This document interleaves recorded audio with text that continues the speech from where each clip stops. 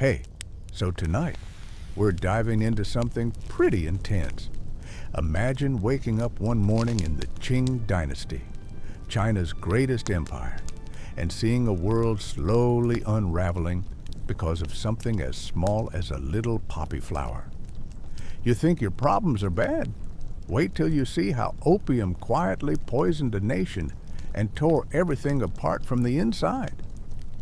Oh, and if you're enjoying these stories, I'd really appreciate a like or subscribe. I'm super curious where you're all listening from, so drop a comment with your location at the time. It always blows my mind how people are falling asleep to this all over the world. All right, find that cozy spot, take a slow breath, and let your body sink into whatever you're lying on. Tonight, we're heading back to the mid-1800s China. And trust me, you'll be grateful for the safety and peace of your own world once you see what life was like back then.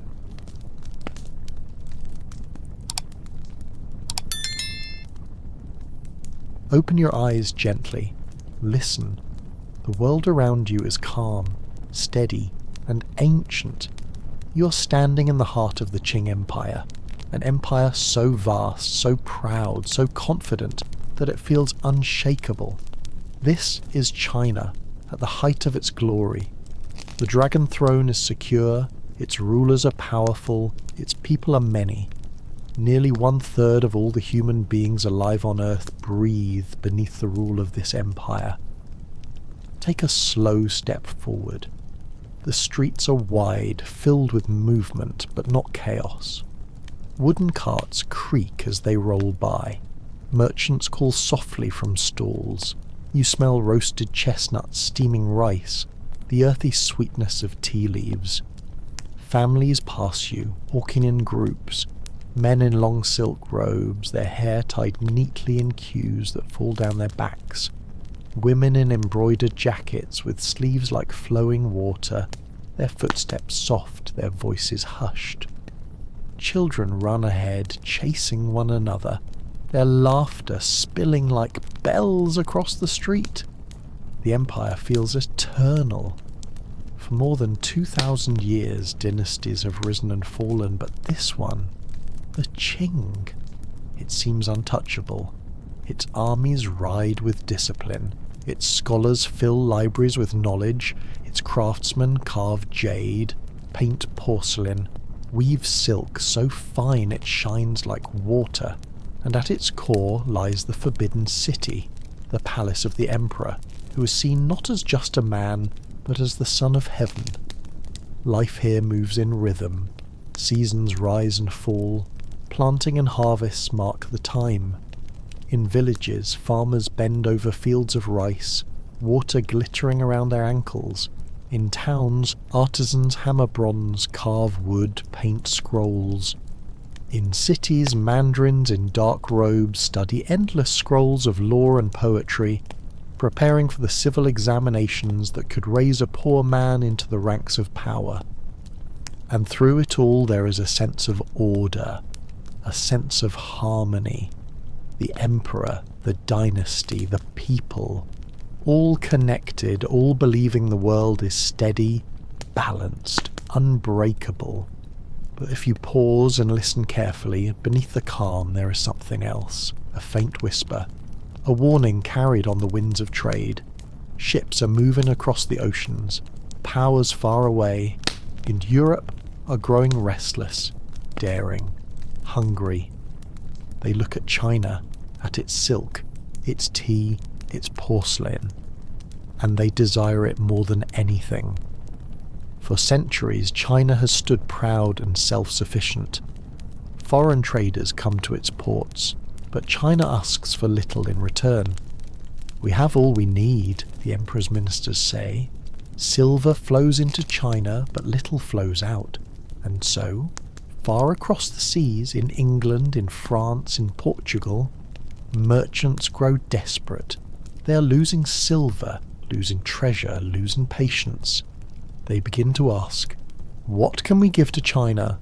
What can we sell that they will take, that they will crave, that they cannot resist, and slowly, quietly, they find an answer. Opium. But wait, not yet. Not here in 1700.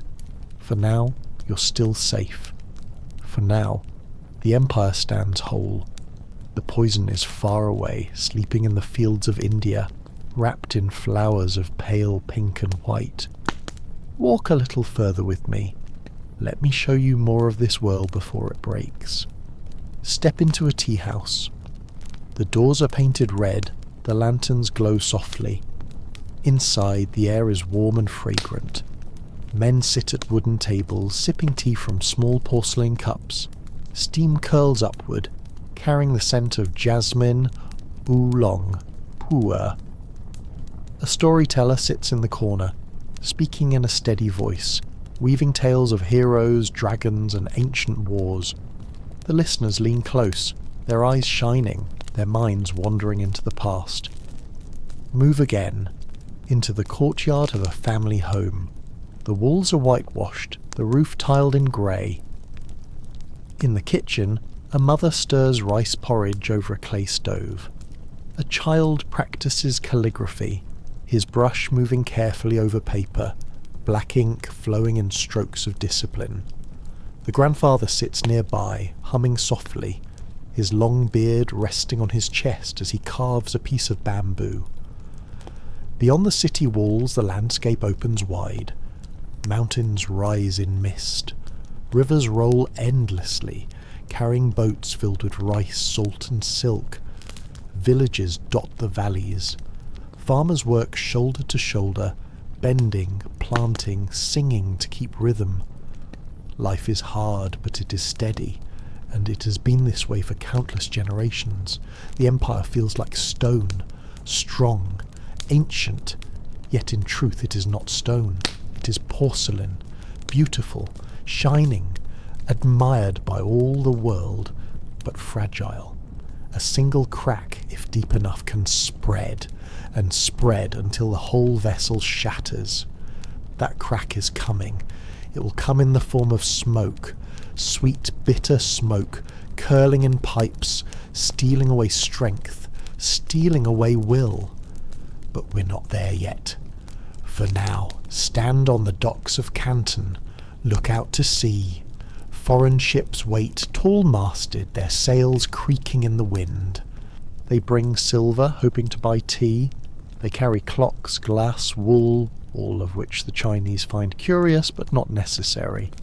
The merchants from the west bow low, bargain hard, but leave unsatisfied. They want more, always more, and far away in their private chambers, men of power in London and Lisbon whisper of their plan. They will send opium. They will flood China with it. They will turn its silver back to themselves. They will turn its strength into weakness. The sun sets. Lanterns glow across the empire. Families gather for evening meals. Bowls of rice, fish steamed with ginger, dumplings dipped in soy. In palaces, scholars light candles and read poetry. In barracks, soldiers sharpen spears. In temples, monks chant beneath the slow ringing of bells. All is calm, all is steady. But the shadow has already begun to fall. And soon, very soon, the empire that believed it needed nothing from the outside world will find itself fighting for survival against something it never expected. Not an army, not a weapon, not even an empire, but a flower, a pipe, a dream of smoke, and it will change everything. The first smoke. The year is now 1780. You are still in China, still beneath the wide roof of the Qing Empire. But things are changing. The empire still looks strong on the outside. Farmers still plant their rice. Scholars still bend over their books. The emperor still sits on his golden throne.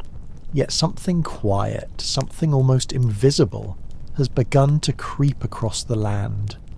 Step with me to the southern coast, to Canton, the one place where foreign ships are allowed to trade. The harbour is crowded. Tall wooden vessels from faraway England, Portugal and the Dutch lands rest in the water, their sails tied, their flags fluttering. Small Chinese boats dart between them, carrying cargo, shouting sailors, baskets of tea, bolts of silk. The trade is strict. Foreign merchants may not wander freely through China. They are locked into their quarters by night, watched carefully by officials. They may not bring their wives or families. They may not learn the language beyond what is needed for business. China is in control here. At least, it seems so. Walk closer. Smell the tea being weighed and packed into crates. Hear the coins clinking. Silver exchanged for leaves that will be carried back across the sea, boiled in English kitchens, poured into European porcelain cups. Silver keeps flowing in like a river into China's treasure houses. But look again. Notice the small packages being moved quietly, almost secretly. Brown blocks, wrapped tightly, pressed from dried poppy sap. Opium. At first it is not much. A little for the foreign traders themselves, a little for a handful of curious Chinese men who light the pipes, who close their eyes, who drift away into the dream. But soon, more. Always more. Follow one of these men into a small house, hidden in the alleys of Canton. Inside, the air is heavy. Smoke curls and hangs, thick and sweet. A lamp glows dimly. A man lies stretched on a couch, a long pipe in his hands. He breathes in, slowly, deeply. His eyes half close. His body relaxes. He drifts, not asleep, not awake, floating in a haze of pleasure. For a while, all troubles vanish. For a while, he is weightless. Others watch, tempted. They take the pipe. They try. They feel the same warmth, the same soft escape. And soon the habit grows. Opium spreads quietly at first, among merchants, among scholars with too much leisure, among soldiers who seek to forget pain. A single puff, a single pipe, and the smoke begins to wrap itself around the empire's strength. But the foreign merchants see what is happening, and they smile. For years they have sought a way to turn trade in their favour. They have begged, they have bargained, but China has always said no. Now, at last, they have found the key. They do not bring silver anymore. They bring opium. Ship after ship, loaded from the fields of India, sails eastward. By the 1790s, tons of opium are flowing into China. At first, the government barely notices. It is a small trickle compared to the vast wealth of the empire. But that trickle becomes a stream. That stream becomes a river, and soon that river will become a flood. Let us walk further inland, away from the port, into a small town along the Pearl River. Evening has fallen. The market is quiet now, the stalls closed. In a shadowed room above a tea shop, men gather. They light lamps, they roll out mats, and then, one by one, they take up their pipes. Smoke rises, laughter fades, voices grow sluggish. The men sink into silence, their faces calm but empty. A boy watches his father through the half-open door. He does not understand. He sees his father's once strong body grown thin. He sees money vanish, spent on smoke. He sees debts grow, work neglected, promises broken. But the boy says nothing. He only watches as the pipe is passed again, and again, and again. This scene repeats across villages, towns, cities. At first in secret, then less so, until opium dens become common, their doors open, their lamps burning through the night. And still, more ships come. More blocks are pressed. More pipes are lit. Now, step into the palace in Beijing. The emperor's ministers have begun to notice. Reports arrive. Soldiers weakened, officials addicted, merchants ruined. Silver, once flowing steadily into the empire, is now flowing out again, paid for opium. Alarm grows. Ministers debate. Some cry for strict bans, for harsh punishments. Others shrug, saying the habit is small, that it will pass. But the habit does not pass. It grows, and the foreign merchants encourage it.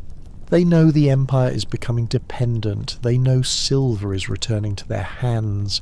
They know that what was once China's greatest strength, its independence, is now being eaten away by smoke.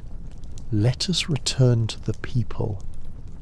In the countryside, life still looks the same. Farmers still plant and harvest.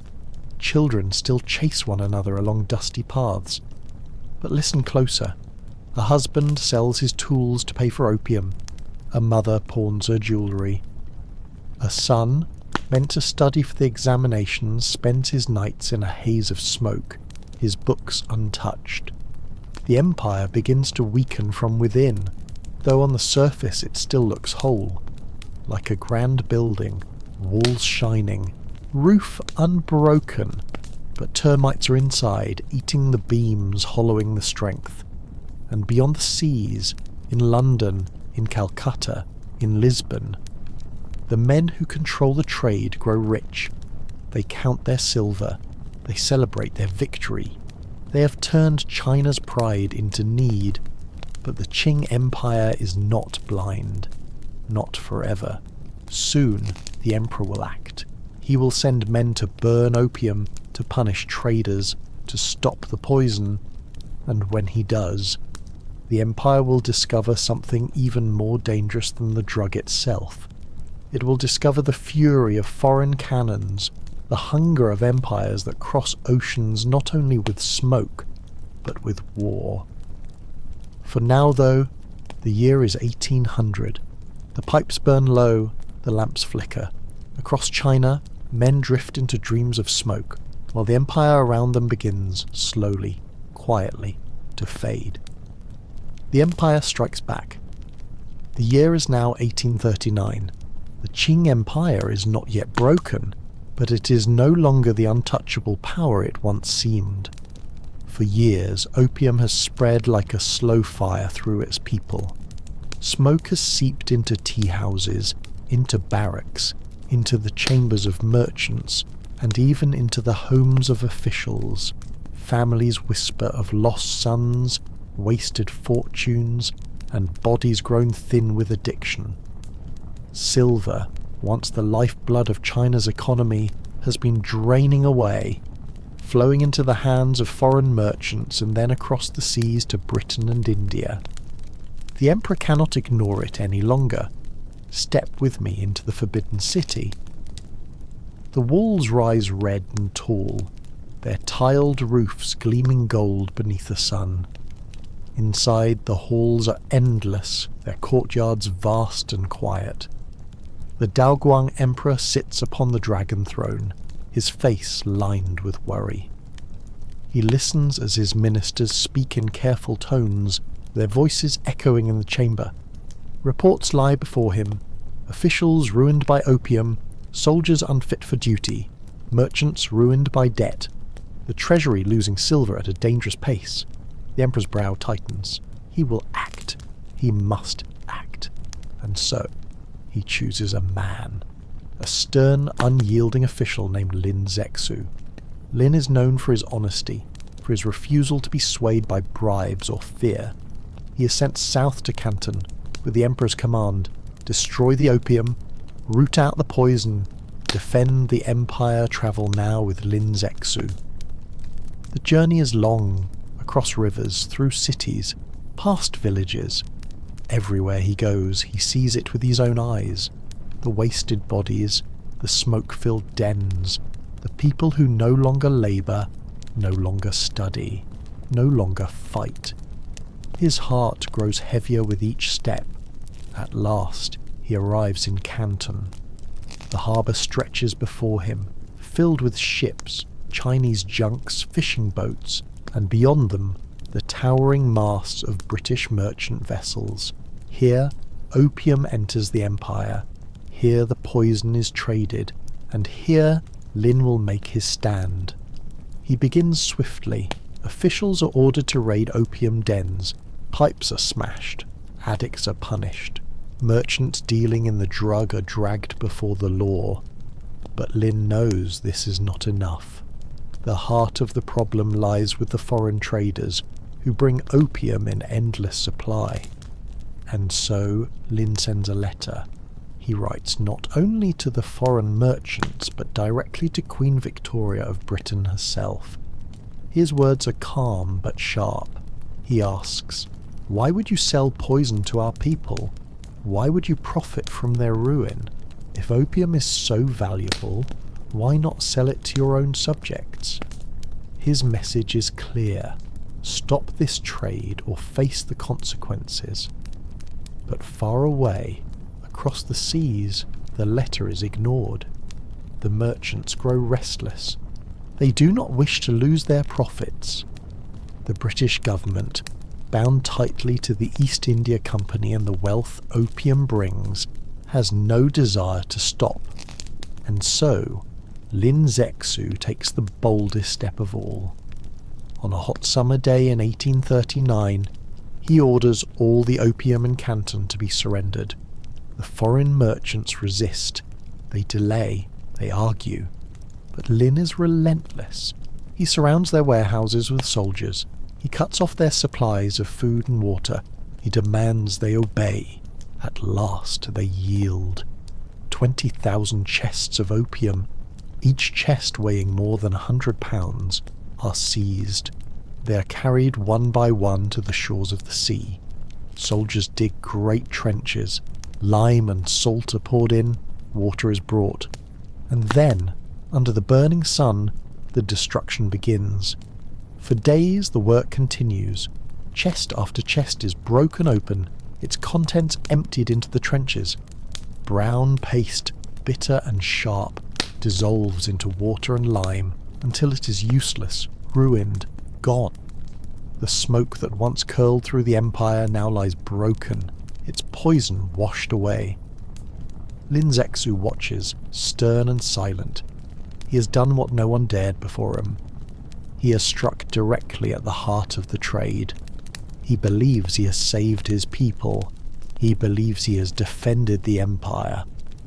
But far from Canton, in the halls of London, the news is received very differently. Merchants cry out in outrage.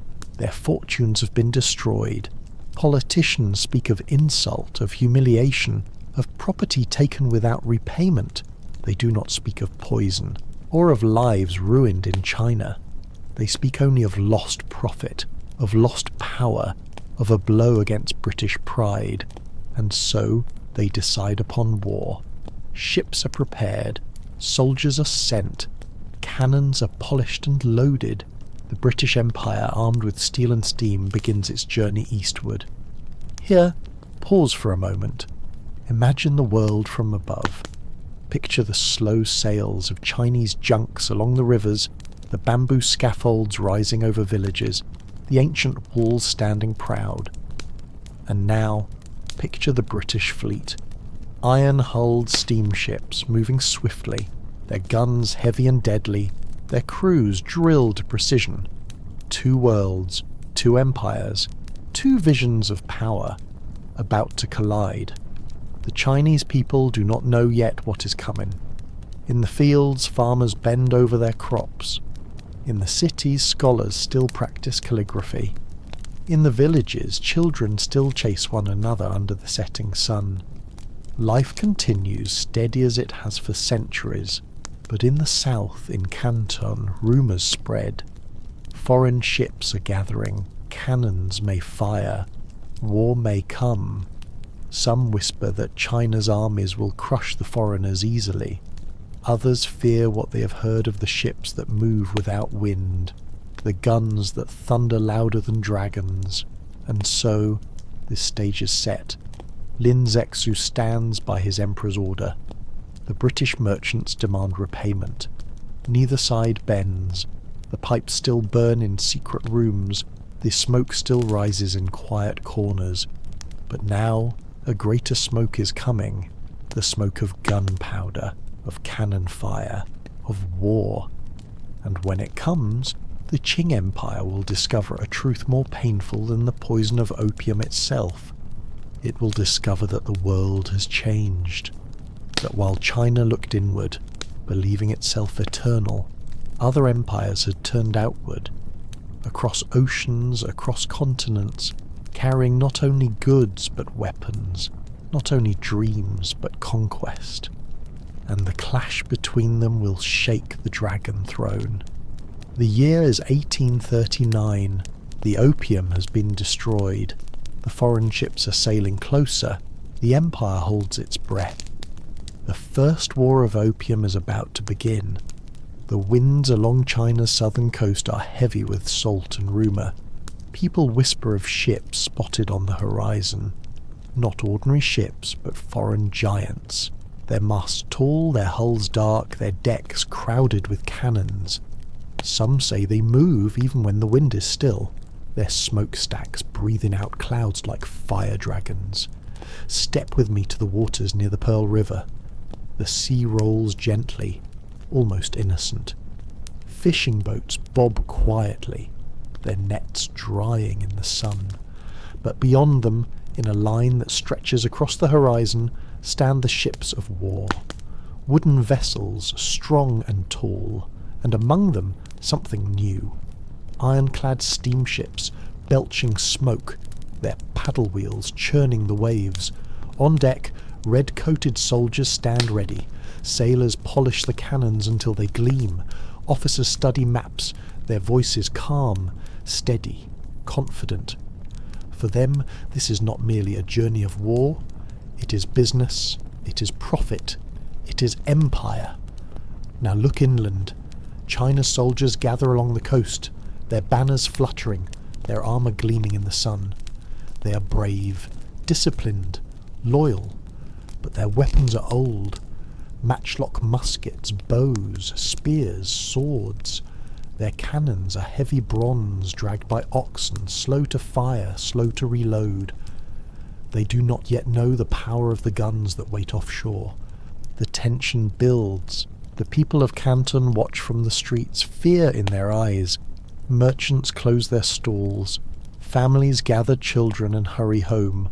Smoke rises in the distance, not from opium pipes this time, but from the chimneys of warships preparing to strike. And then it begins. A cannon thunders. The sound is so deep, so violent, it shakes the earth itself. Windows shatter. Birds burst from the trees, scattering across the sky. Another cannon fires, and another, until the air is filled with rolling thunder echoing against the coast. The Chinese cannons answer, but their shots fall short, splashing into the sea. Their powder is damp, their aim uncertain. The British guns strike true, tearing through wooden walls, splintering defences, scattering soldiers. The people of Canton watch in horror as the foreigners' weapons unleash a storm the Empire has never seen. Smoke fills the sky. Buildings burn. The once proud defences crumble like paper before the steel of the West. But still, the Chinese fight. Soldiers rush forward with spears, with swords, with muskets that spark and misfire. They shout, they charge, they die bravely. Yet the clash is uneven. The old world collides with the new, and the old is broken. The fleet does not stop at Canton. It sails along the coast, striking where it pleases, capturing ports, seizing forts, demanding submission. Town after town trembles as the cannons roar.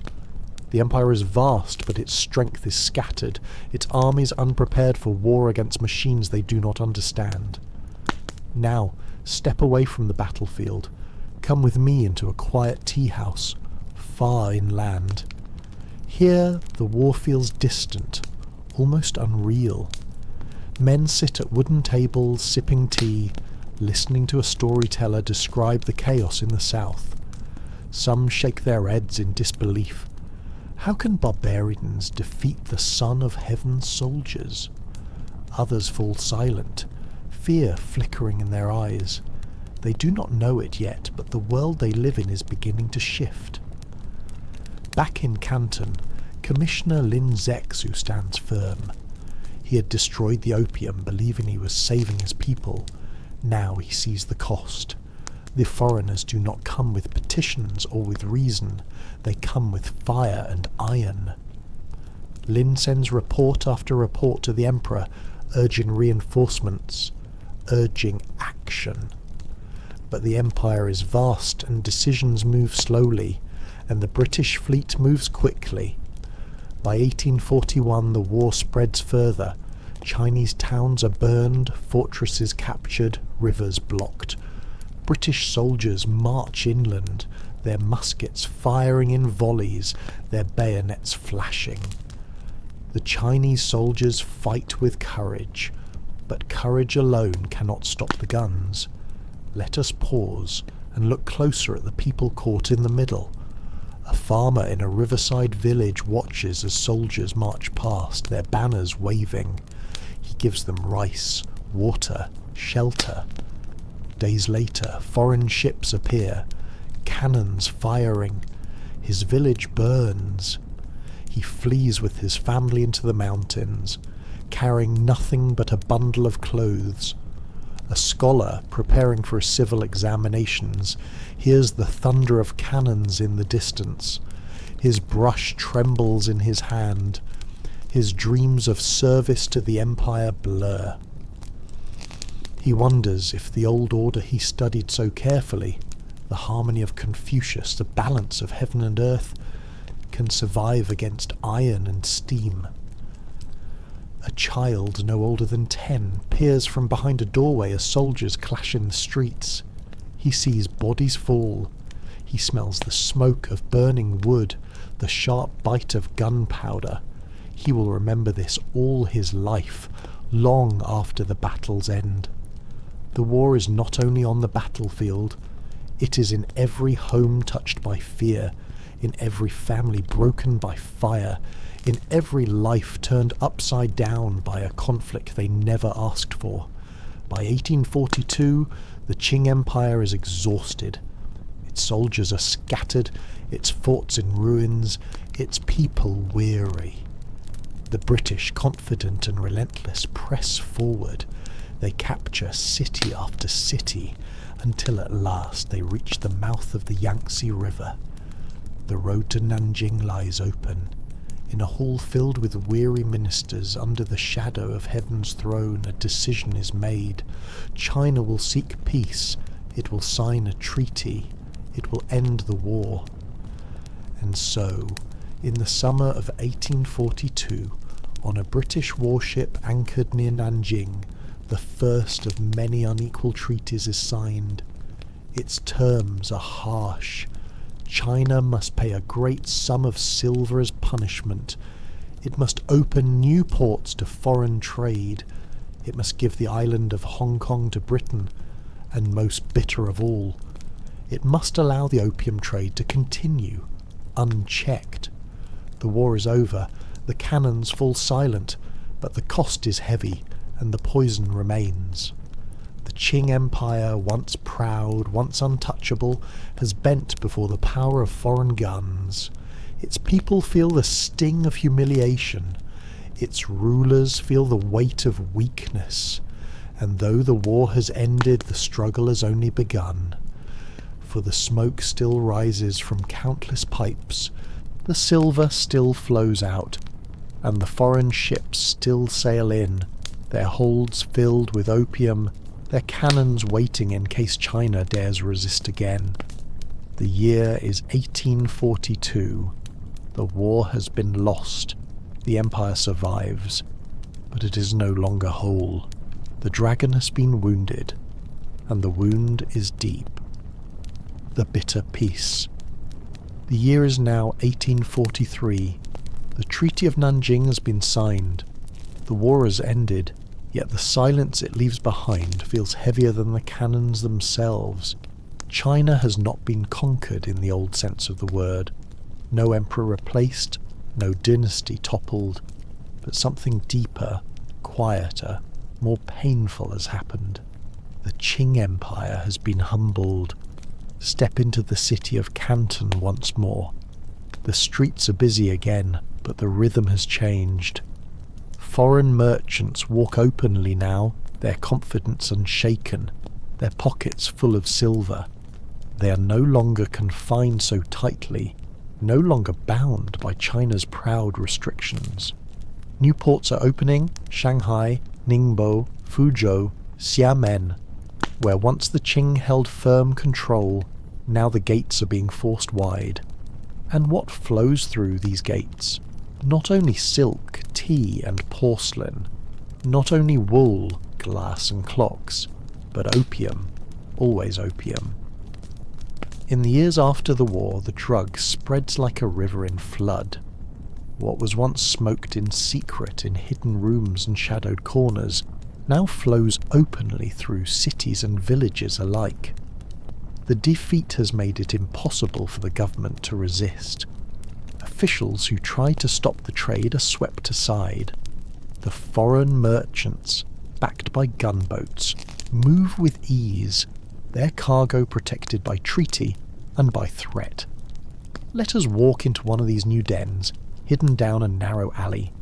The door is low, the lanterns faint. Inside, mats line the floor. Men lie stretched out, pipes in hand, smoke curling above their faces. Their eyes are half shut, their voices slurred, their bodies limp. In the corner, a man coughs, his body thin as bamboo. Another sleeps so deeply he does not stir even when the pipe falls from his hand. The air is heavy, almost sweet, but beneath the sweetness there is rot. The keeper of the den counts his coins. He has no shortage of customers. Students, merchants, labourers, even soldiers drift in and out. What once was shameful has become common. An outside life phrase. A farmer sells his tools, his animals, his land, all for smoke. A son pawns his mother's jewellery. A soldier neglects his duty, falling asleep on guard. A scholar once sharp with poetry loses his mind in haze. The empire begins to hollow, but let us not move too quickly, for still, in many places, life looks the same. Step into a village along the Yangtze River. Dawn breaks soft and golden. Farmers move into the fields, their hoes over their shoulders, their feet wet with dew. Children laugh as they chase chickens across the courtyard. Women sit weaving by doorways, the shuttle of the loom clicking back and forth. The smell of porridge drifts from a clay stove. From the outside nothing has changed. The emperor still reigns in Beijing. Taxes are still collected. Temples still ring with the sound of bells. But listen closely. In one house, a husband has been gone for hours, wasting his wages in a den. In another, a family sells rice to buy a single small ball of opium paste.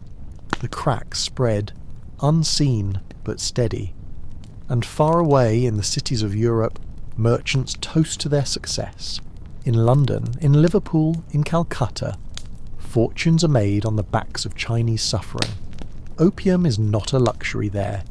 It is not even a shame. It a profit, pure and simple.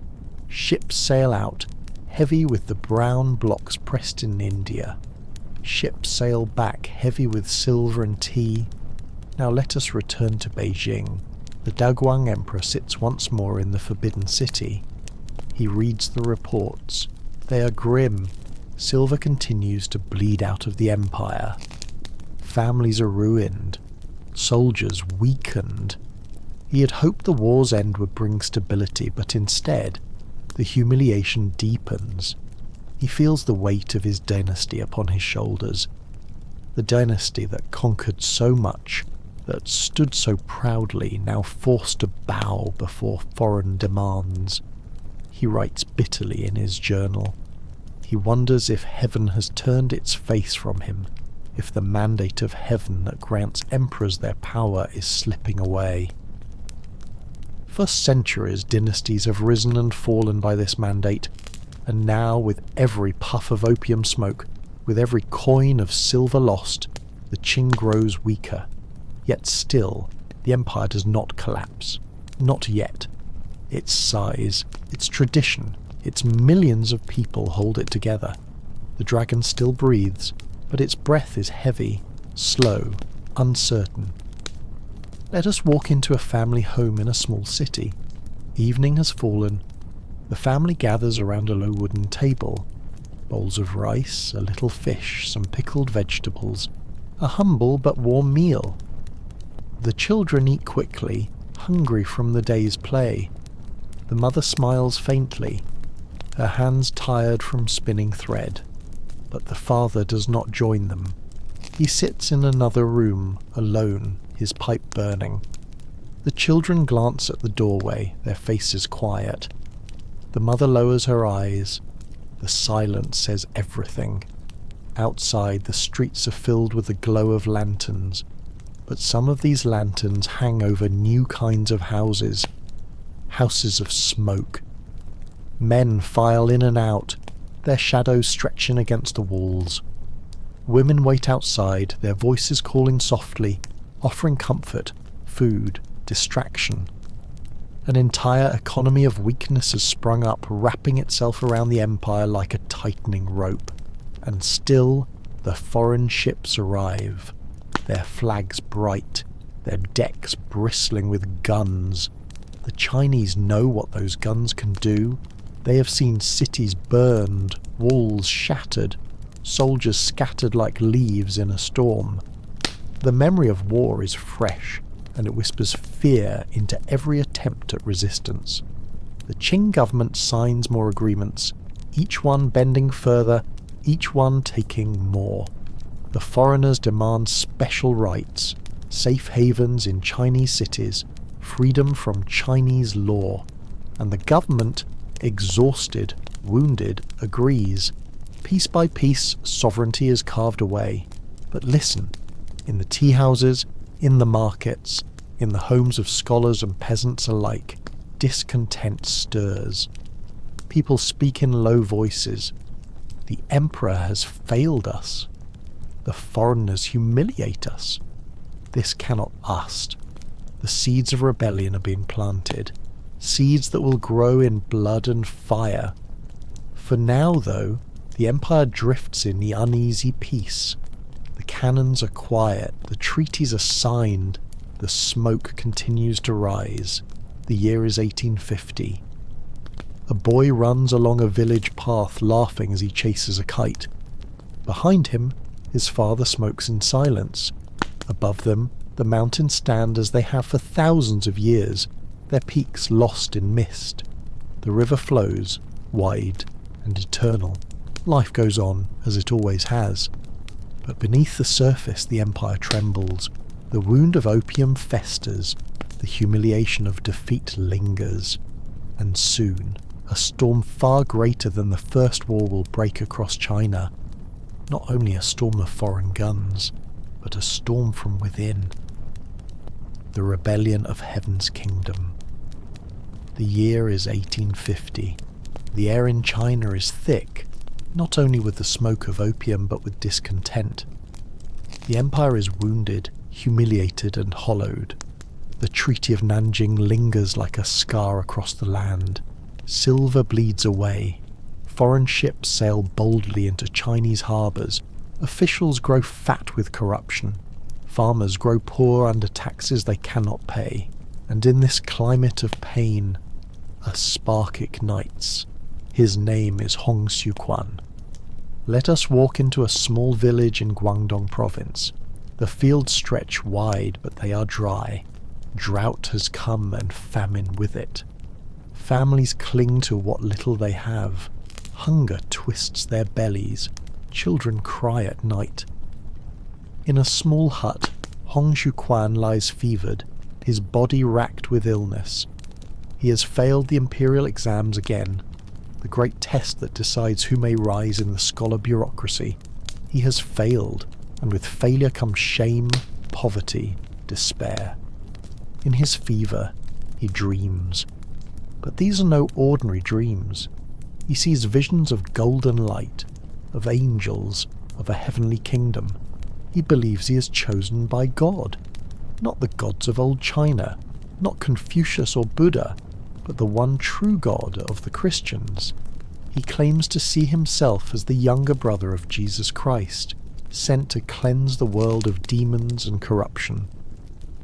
When he wakes, his life changes. Hong Xiuquan begins to preach. His words are fiery, his conviction unshakable. He speaks of a new kingdom, a heavenly kingdom, where all will live in equality. No more corruption, no more foreign humiliation, no more addiction to opium. Men and women will be equal, land will be shared, the poor will be lifted up. The empire, he declares, has lost the mandate of heaven. The Qing must fall. At first, only a few listen, but the hungry hear hope in his words. The addicted hear salvation, the poor hear justice, and soon tens of thousands gather to his banner. They call themselves the Taiping, Great Peace. The movement grows like wildfire. Now step into a Taiping camp. It is night, but the camp is alive. Fires crackle. Soldiers kneel in prayer, chanting hymns.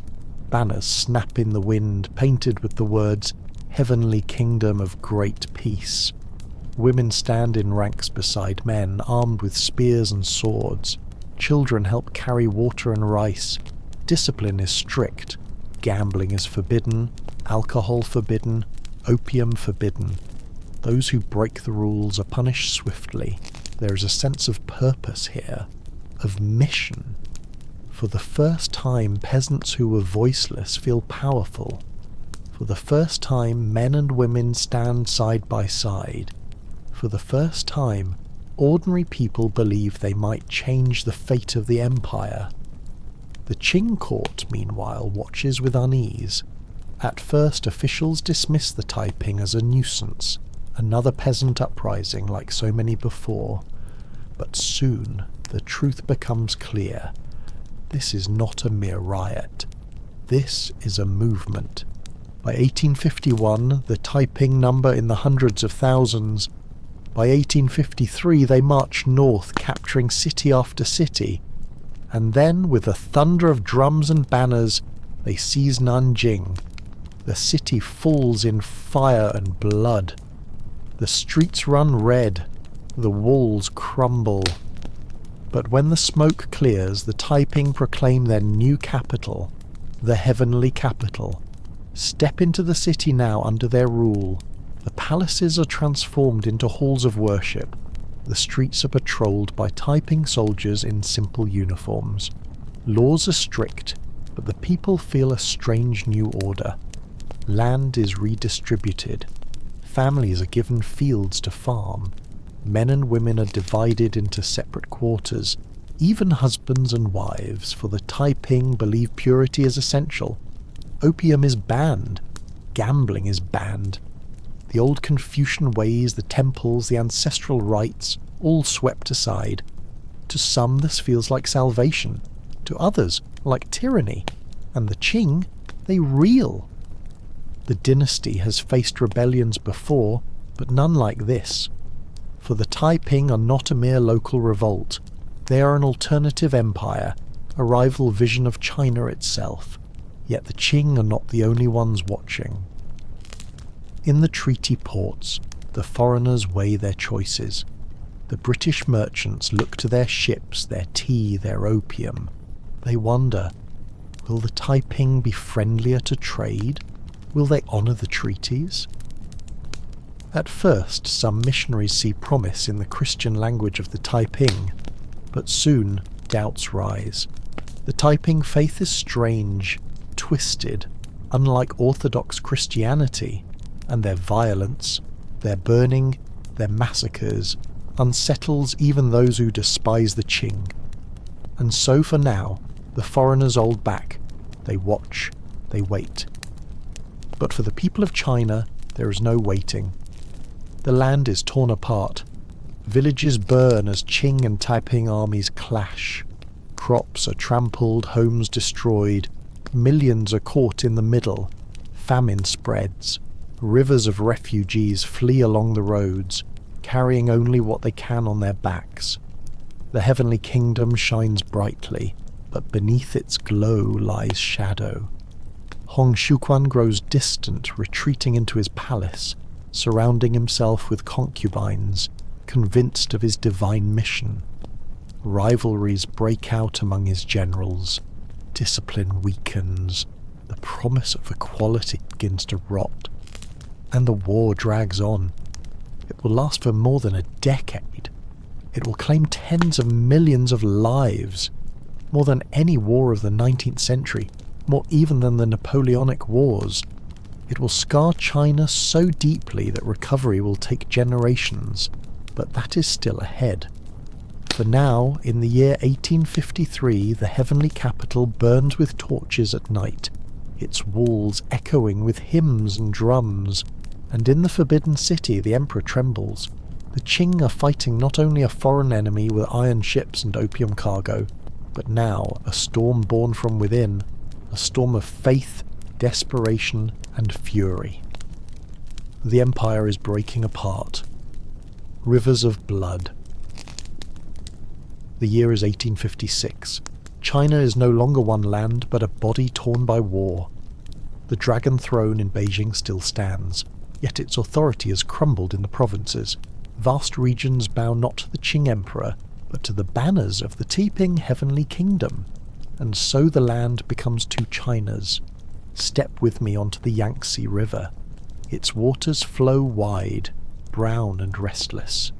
Upon it move fleets of boats, their sails torn, their hulls patched.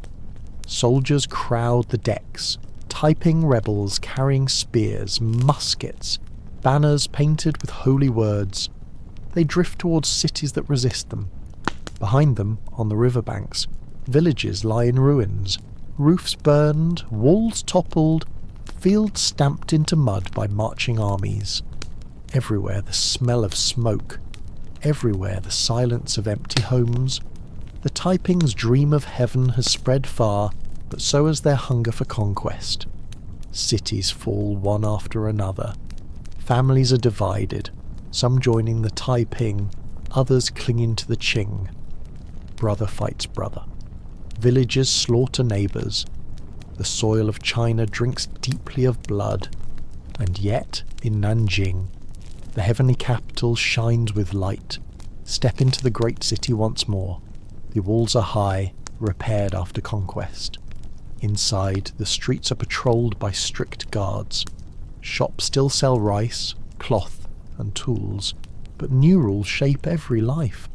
Men wear their hair cut short, for the Taiping have banned the Qing queue, that long braid of submission.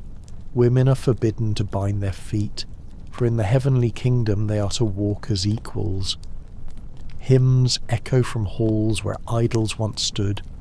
The old shrines of Confucius and Buddha lie in ruins, but the dream is no longer so pure. Hong Xiuquan, the self-proclaimed younger brother of Christ, grows more distant. He no longer marches with his soldiers. He no longer shares their hardships.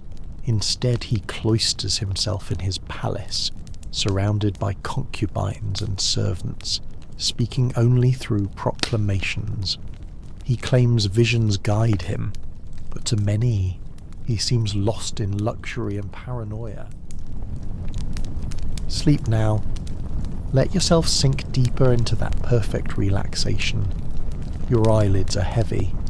So heavy it would take too much effort to open them now. Your limbs feel pleasantly weighted, impossible to move even if you wanted to, which you don't. You just want to drift all the way down into deep, restful sleep. That's it. Just let go completely. The day is done. The work is finished. Nothing more required of you now except to rest, to renew, to dream perhaps of different possibilities, different worlds. But for now, just sleep deep and peaceful, easy and calm. Sleep now. Sleep well, drifting deeper with each breath down and down into perfect, complete rest.